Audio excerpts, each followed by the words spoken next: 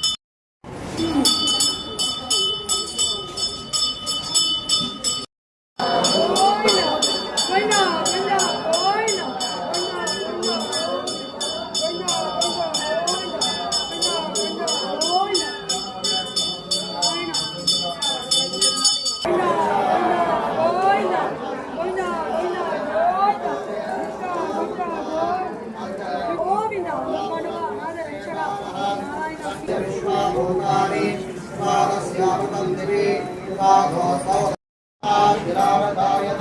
पुरादोहतिपूर्णः तथातो अञ्जलिष्णोमस्यासीदाद्यं ग्रीष्मयत्मशरद्धभिः सप्तास्या पुरुषं वसं स्तन्यज्ञं बलिर्विप्रोक्षण्ये